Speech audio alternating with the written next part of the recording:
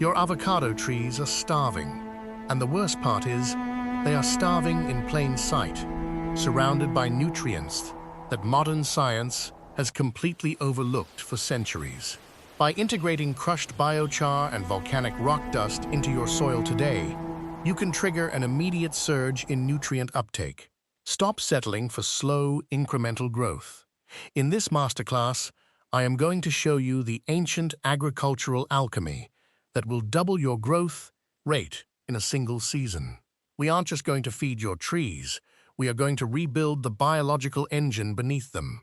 Diagnosing the NPK failure. To understand how we are going to hit a 200% growth increase, you first have to understand why standard NPK synthetic fertilizers are actively failing you right now. Look at this leaf. You see this tip burn? Most growers think this is a lack of water or a pest issue. It's not. This is pure osmotic stress caused by the buildup of synthetic salts. Synthetics are agricultural fast food.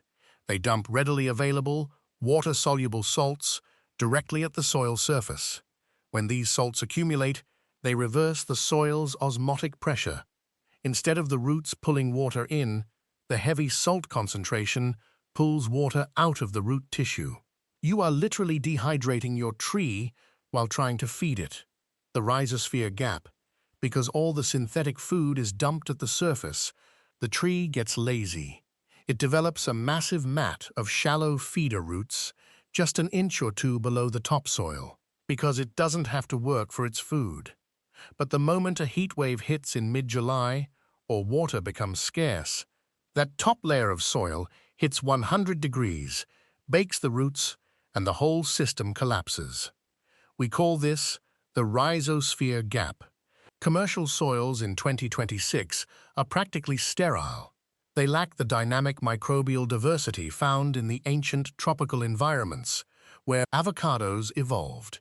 Today, we bridge that gap.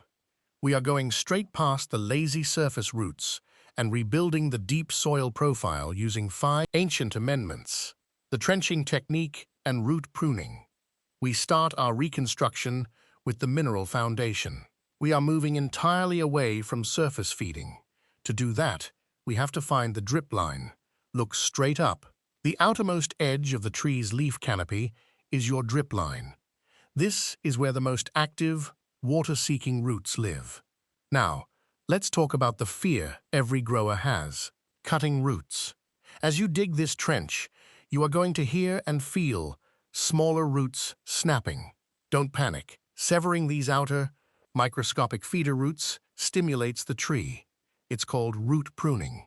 Just like pruning a branch forces 2 new branches to grow, cleanly cutting the outer roots signals the tree to push aggressive new subsurface root mass.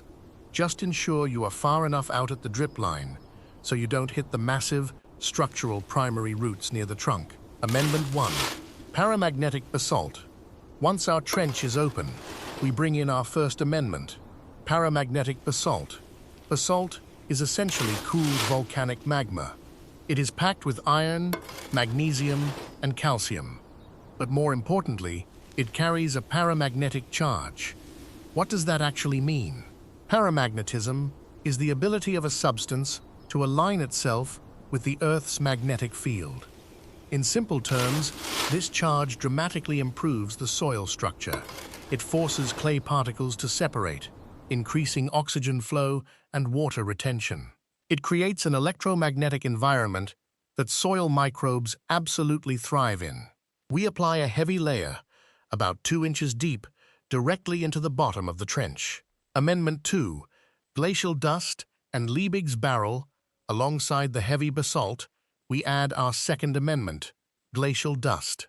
While basalt gives us the heavy structural minerals, glacial dust is the ultimate trace mineral battery. There is a concept in agronomy called Liebig's law of the minimum. It states that plant growth is not dictated by the total resources available, but by the scarcest resource. You can dump 100 pounds of nitrogen on a tree, but if it is completely missing zinc or silica, growth stops. Period. As glaciers expanded and contracted over millennia, They ground up dozens of different rock types into a fine, microscopic powder. This dust contains over 70 trace elements, micronutrients entirely stripped from commercial soils today. By blending these two dusts in our deep trench, we are providing the raw, elemental building blocks the taproots will need for the explosive biomass increase we are going to trigger. Amendment 3. Crushed biochar. Minerals are useless if the tree cannot absorb them. And trees don't actually eat minerals directly. They rely on microbes to break them down. That brings us to our third amendment, crushed, activated biochar. This is our ancient Black Earth strategy. Indigenous populations in the Amazon use this exact method to turn sterile dirt into terra preta, some of the most fertile soil on the planet. Biochar isn't a fertilizer. Under a microscope, it looks like a massive honeycomb made of pure carbon. 1 single gram of highly porous biochar has the surface area of a tennis court. We bury this deep in the rhizosphere to give mycorrhizal fungi a permanent subterranean hotel to live and multiply, completely shielded from drought and surface disruption. But here is the critical trap that ruins entire orchards. If you bury raw biochar, it acts like a dry sponge. It will aggressively absorb moisture and lock up nitrogen from the surrounding soil, actively starving your avocado tree during its most crucial growth phase. You absolutely must pre-charge it. Today, we are building an aerated compost tea. We fill this drum with unchlorinated water, a few handfuls of active worm castings, and a cup of molasses to feed the bacteria. We drop in an air pump to bubble oxygen through the mix, and then we dump in our crushed biochar. We let this steep for a minimum of 48 hours. The carbon matrix slowly fills with liquid, fungal spores, and bacterial life. When we finally pull it out and lay it over our rock dust in the trench, it is already teeming with life. It immediately begins feeding the ecosystem rather than taking from it. Amendment 4. Fermented fish emulsion. We have our mineral battery. We have our carbon hotel fully charged. Now, we ignite the system. Amendment 4 is fermented fish emulsion. Ancient maritime civilizations understood the power of anaerobic fermentation. By breaking down fish proteins without oxygen over several months, we unlock rapid-release nitrogen, amino acids, and essential fatty acids. When you apply this as a drench into your trench, the soil biology explodes into a feeding frenzy. The microbes consume the fish emulsion rapidly, and their metabolic byproducts become instantly available plant food. This gives you an immediate, massive metabolic surge. Because it is organically bound, there is absolutely zero risk of the chemical tip burn we saw earlier with synthetic salts. To mix it, we use 2 ounces of emulsion per gallon of unchlorinated water. Never use city tap water straight from the hose. The chlorine will kill the biology we just spent hours cultivating. Amendment 5. Kelp extracts and application. To complete the liquid gold, we blend in our 5th and final amendment. Kelp extracts. Kelp grows in some of the harshest, freezing, nutrient-dense ocean environments on Earth.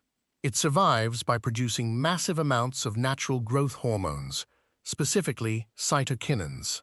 When you introduce cytokinins to an avocado tree's root system, it signals the plant to rapidly divide cells and push aggressive, new vegetative growth. We mix the kelp directly with the fish emulsion. We drench the trench completely. We want this liquid payload to wash the biology out of the biochar and down into the mineral dust. Once it is fully saturated, we take the native topsoil we originally dug out, and we backfill the trench, burying the entire system. The accelerated roadmap and data tracking.